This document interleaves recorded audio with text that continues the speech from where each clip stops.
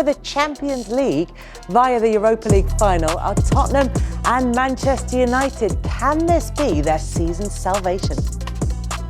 It's nearly upon us. I think this might be one of the most eagerly anticipated, and not necessarily for the right reasons, Europa League Final. Yes, it's between two Premier League clubs, but they've had such terrible seasons in the league, such inconsistent seasons in the league for various reasons, which I'm sure we'll come to. And now, one of them will be playing Champions League football next season. I know, it does. It's baffling. It's baffling. And I think that they're very fortunate, these two teams. I think Wolves, you have to say, probably as well. West Ham as well. Very fortunate that Leicester, Ipswich, and Southampton had the seasons they had, because if just two of those teams came with anything more, we could have seen Spurs or Man United go down this year. People say, "What you talk?" We could have. It's been so bad. How many wins? Teams have gone down on like 42 once. Normally 40 is the minimum benchmark. Was it West Ham 42? I'm sure. Yeah, it was. And they aim for 40, but usually it's high 30s in a normal season. But that's only where they are right now. I don't know how you feel as a Tottenham fan or a Man United fan when you win. You obviously have got to be happy that you won something. But the consistency, what you're judged on for the season they've had is arguably, both of them, the worst seasons they've had, probably easily in the Premier League. Easily. It will be it already is their most losses, and it'll be their lowest Premier League finishes as well. You say you're baffled. Before I used to watch Man United.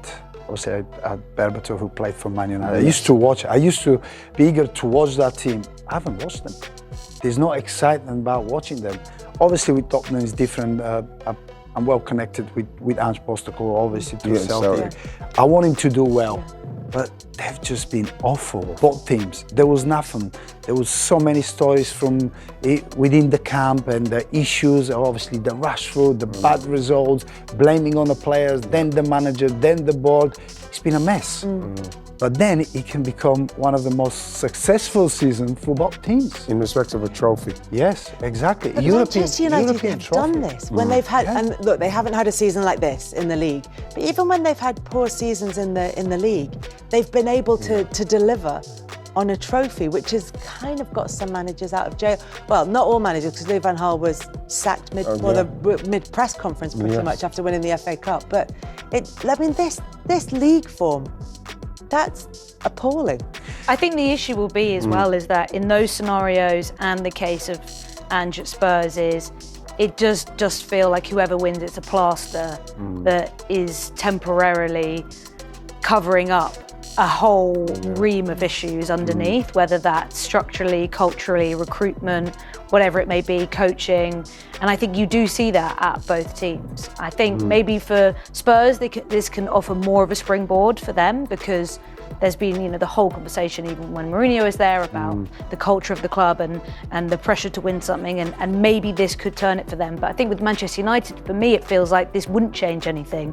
It'd be a trophy, but not much more than that, because the issues run so deep there, whether it's the recruitment of the players and the squad that simply isn't good enough right now, or structurally when it goes up to the ballroom in the wider issues. So it is, the discourse on it is so remarkable, because it's such a strange scenario to have these two English teams going in who at this point could have been in the relegation conversation. It's bizarre. It's interesting you're saying that it won't change anything. Do you think whoever wins it, either Man United or Tottenham, they will keep their managers going forward? There is one. If that won't make a change. I think Manchester United are more likely to keep a manager, because I think they want to give him a summer transfer window and make that happen.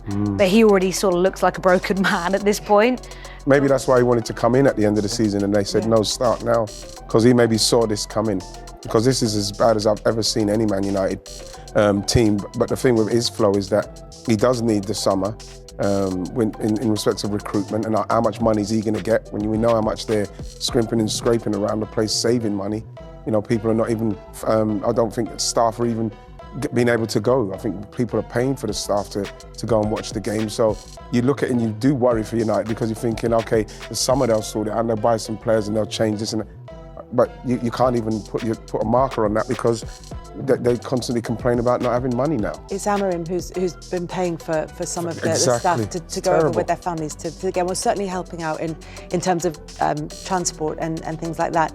I think what you said about the culture at Spurs is really interesting because of your knowledge of how Ange Postecoglou works, and he's one of the managers who's complained about the culture at Spurs, that it isn't that winning culture, and I wonder what that looks like from his point of view, and whether, as the man who always wins a trophy in his second season, whether that's something that he can bring. Yeah, you have to create that kind of mentality. You have to bring that culture, and in fairness, as much as I love Ange Postecoglou, I believe that what he does, he haven't managed to adapt to the English football. You have to be able to understand and adapt in certain games. You have to understand the Premier League is completely different. You've got, every team is good, everybody's got great players, and you haven't managed to do that. Yeah, European football has been a great adventure, but he has to understand that he has to become smarter, and if you want that winning culture, he has to bring players and staff and people who believe in that and who follow everything he needs to. Champions League football will certainly help him attract them. So who do we think then? Manchester United or Tottenham? You know something, I do believe Go that. on, right, yeah. I want to hear that I answer. think Man United. Because almost a history point with them. Yeah, being in that final. And I think as long as you've got Bruno Fernandes in your team and playing against that kind of opposition, you have to fancy Manchester United. I'm going for Spurs. And confidently going for Spurs as well. Yeah, I confidently going for Spurs. I believe that if they click, they do play some incredible football. I think that will be the last chance for maybe Ange to save his job, and I think will be that big stage will be excitement for the players. But Man United is Man United, and they have shown when they've been against the odds, they can produce. Go on, Flo. You never know what you're going to get with these two, that's for sure. Terrible runs going in, but I have to say, the route that United have had to the final, beating Lyon, beating Bilbao, I didn't expect them to win either of those games. I'm going with United. Nice. Yeah, because you think that the form that they've shown in that competition might just be enough to carry them through the final. So we've got 2 for Manchester United, 1 for Tottenham, but either way, we will be talking about that, I would imagine, next week, which is the last one of the season next week, isn't it? So we will see you for that one.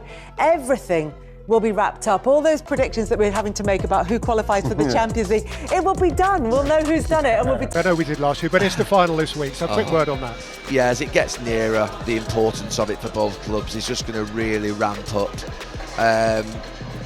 40,000 English fans going over to Bilbao. It's going to be a special atmosphere, and a lot at stake.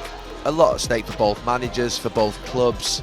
It really does impact the next, I think, maybe possibly 2-3 years for each of these clubs, because they need investment into their teams, and if they don't get this Champions League money, then there's going to be a lot less investment, which means then that they could not finish it. They might not finish in the Champions League next season, which then means that you're just, if you like, bumping the problem more down the road. And yeah, so important for both clubs.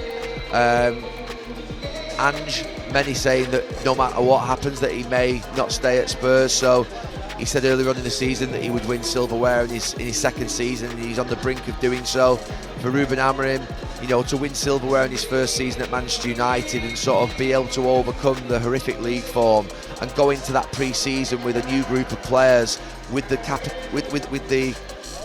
money behind him that he's got to be able to invest into the squad, and the confidence of a medal round the players' necks and his neck is massive.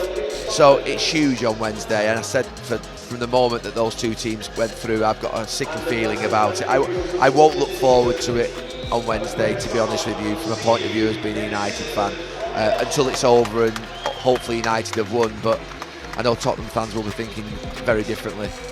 Yeah, it is that time when we all feel sick as fans. Obviously, playoff weekend ahead as well. Yes. We didn't go into that, but by this time next week, Sheffield United or Sunderland will have ticked the final box. That's a massive game. Last weekend of the Premier League. A series of £100 million football matches, Peter. Exactly that, Gary. Exactly. What football was designed for? Was it? Okay. I don't think so. Well done, Gary. Thank you very much. Thanks. One other thing before we close, I think people would like to hear your excitement about the upcoming Europa League final. It's not excitement. I mean, what a game. What a game that is. Between 16th and 17th in the Premier League. I mean, it's from watching it today. Look, what an opportunity. What a game. A game with such jeopardy, such consequence for the winners and for the losers. A magnificent night awaits for the winner, and a horrible night awaits for the loser. And to be fair, I said it earlier on in the week, and I don't know if any other United fans are feeling the same. You know, there is an excitement about a final, but there's also that sickly feeling of it's got to go right, and that's always been the same in football. You know what's at stake, but it feels more at stake just because of the fact it's an English